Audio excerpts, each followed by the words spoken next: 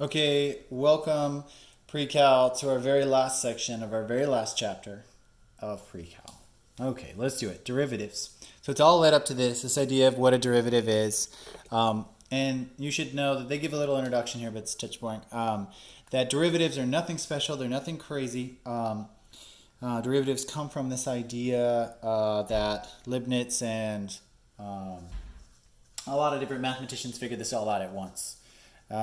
So anyways, we've kind of talked about this in a lot of different ways. We've come close to talking about these things. And so now finally we're going to teach you derivatives and what it means. And I believe I did show you on the board once how derivatives worked briefly, but now we'll go into a lot more detail. And we'll kind of play this out a little bit more clearly. Okay, so now finding the average rate of change in a function. So basically to find a derivative is actually quite easy, but figuring out what that means is the important part. So of course that's what math's all about. So we're going to go through finding out basically the long way, quote unquote, of how to find a derivative so we understand what we're actually doing. So first off, they want to reference average rate of change. And so the function describing example above is change over time, right? So remember that's kind of an idea of like slope. So change divided by time is an example of rate. We all know this. Rates of change in previous examples are each different. In other words, some faster changes, some are less fast. Okay, so all of this is kind of stuff we know already. A tangent line to a curve is a line that intersects the curve at only one point. We know this as well. So let's take a look at all this down here. So figure 1 represents the function f of x equals x cubed minus 4x. We can see the slope at various points along the curve. So notice that if we follow this curve, this slope is 8 down here, and it's negative 1 in here. See, this is negative, this is 8, and this is negative 1, and this is 8 again, interestingly. So and that's only modeling it from the tangents, right? Which is interesting. And they give us a reference they say from negative 2 to 8. So from negative 2 to 8, whoa, which is interesting. Yes, we have a slope of x equals negative 2. Interesting.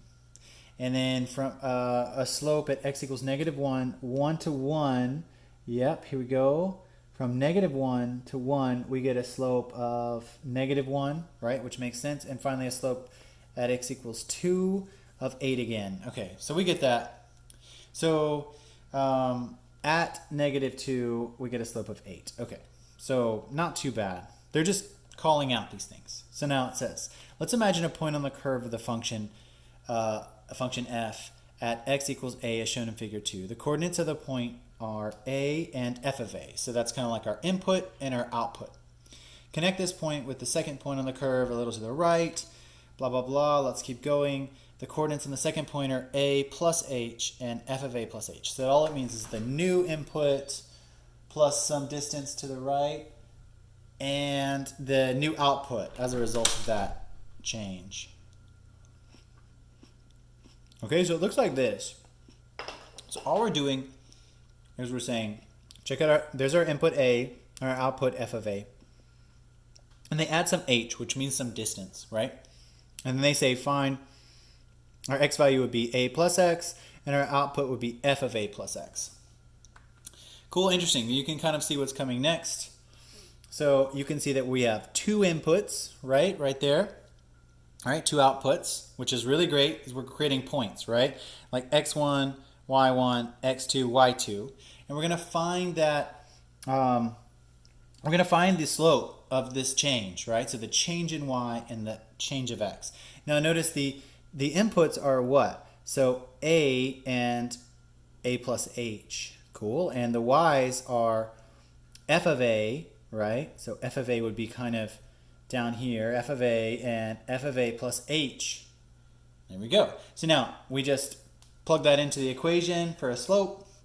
And we, of course, say, remember, this is kind of like y2 minus y1 and x2 minus x1, if that slipped your mind. So our y2 is f of a plus h minus f of a, and our x2 is a plus h minus a. So pretty intuitive stuff there. Let's keep going. Looking for an eraser.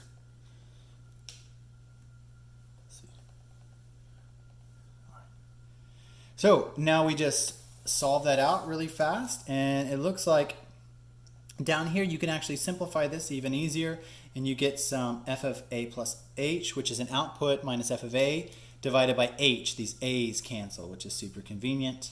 Cool. So then the slope of this secant line equals the average rate of change between the 2 points. Okay. Cool. So this is the output y2 minus y1 divided by that change that occurred. Cool. That distance h that happened. Pretty simple stuff. So there you go. There's the actual formula for the average rate of change between 2 points on a curve. Doesn't even matter what curve we're talking about. It's all the same for all things. Pretty easy stuff so far. And AROC stands for average rate of change. So it's kind of a crazy way of shortening that, but that's fine. Okay, let's jump into example 1.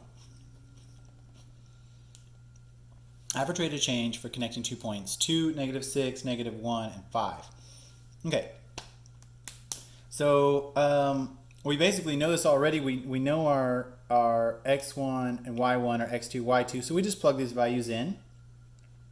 And it gets pretty easy. We just plug in, obviously, 5 minus a -6 divided by 3, which is the difference between -1 and 2.